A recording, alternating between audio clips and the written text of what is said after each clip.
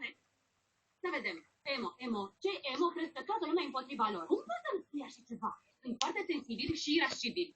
Ba, nu sunt! Știi, în ceea ce privește adolescenții nu e așa de rău. Dar îți trebuie o nouă imagine care să meargă cu identitatea. Vin imediat. Fan, cum merge în platul piscinei? Bună, bine! Ce mai faci? Herb și cu mine construim o super piscină gonflabilă. Vrei să ne ajut?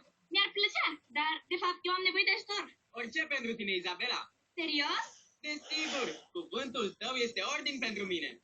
Aș traversa toate colțurile lumii, lucru pe care deja l-am făcut, dar de data asta aș face-o pentru tine. Doar pentru tine! Mergi crezi cu ochii deschiși. Da, gata, cercetașele vor să câștige insigna de apicultură și vrem să împrumutăm ceva. Desigur, dar îmi trebuie ceva la schimb dacă ți-l dau pe păr. Bine? Nu mi se pare haios. Mai dați cercetașul?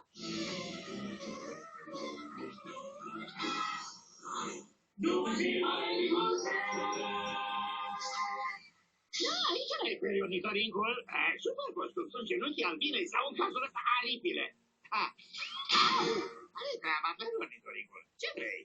Zici anume. Care-i problema?